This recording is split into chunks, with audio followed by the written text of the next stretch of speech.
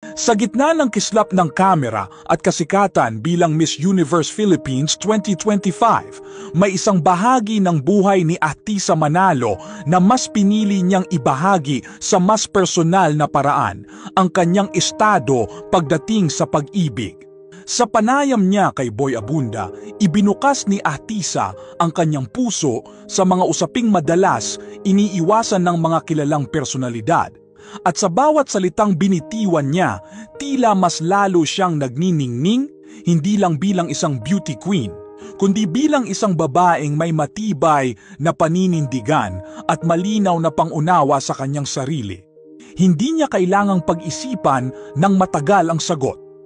Nang tanungin kung may minamahal ba siyang espesyal sa kasalukuyan, diretsong sinabi ni Atisa, "Single ako?"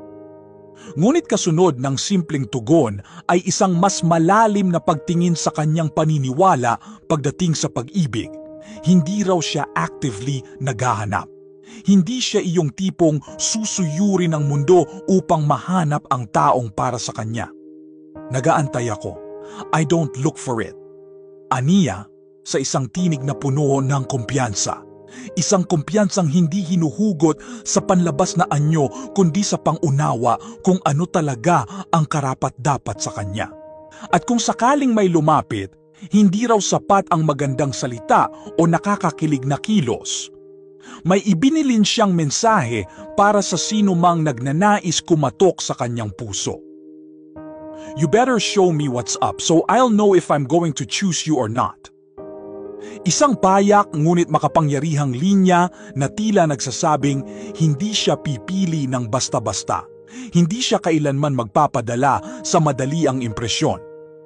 Kailangang ipakita kung ano talaga ang laman ng puso, kung anong klase ng pagkatao ang dala at kung anong halaga ang kayang ibigay. Hindi sa anyo ng material, kundi sa kalidad ng pagmamahal. Ipinaliwanag din ni Atisa na hindi siya naghihintay ng taong pupuno sa kanya. Hindi siya naghahanap ng taong mag-aangat sa kanya dahil sa totoo lang mataas na ang lugar niya sa sarili niyang mundo. "My family loves me. My friends love me.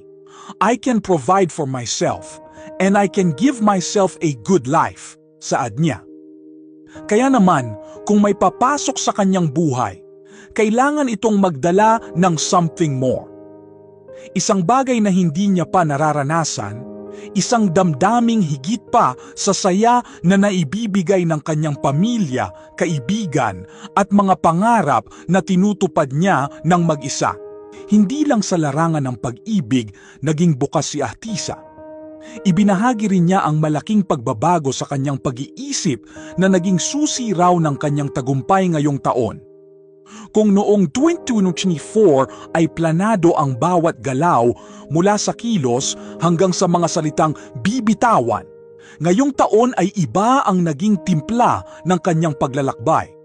Inamin niyang halos isang taon bago ang kompetisyon ay naka-schedule na ang lahat. Ngunit sa taong ito, naging mas bukas siya sa mga posibilidad.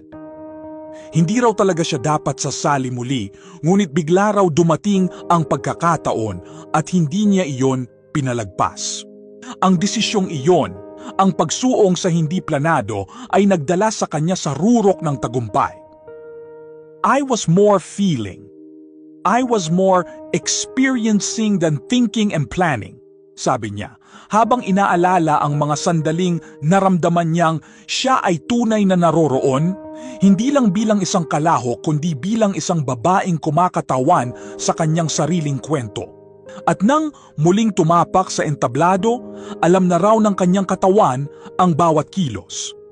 "It's muscle memory," ani Atisa.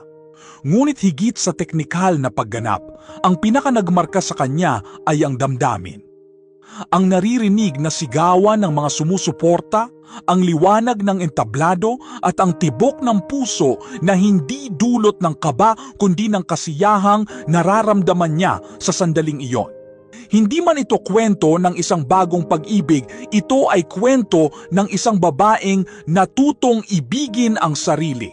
At sa panahong ito kung kailan maraming naghahanap ng pag-ibig sa labas ng kanilang sarili, si Atisa Manalo ay nananatiling matatag sa paniniwalang ang tunay na pagmamahal ay darating sa tamang oras. At kailangang may sapat itong lakas at tapang upang makipagsabayan sa isang babaeng may ganyang klaseng mundo.